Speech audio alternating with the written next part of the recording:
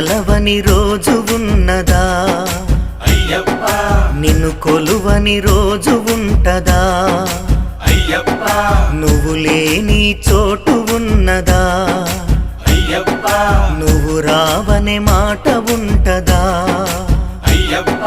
నిన్ను తలువని రోజు లేదు నువ్వు లేని చోటు లేదు నిన్ను ధ్యానించకుంటే నాకసలే బతుకులేదు నిన్ను తలువని రోజు ఉన్నదా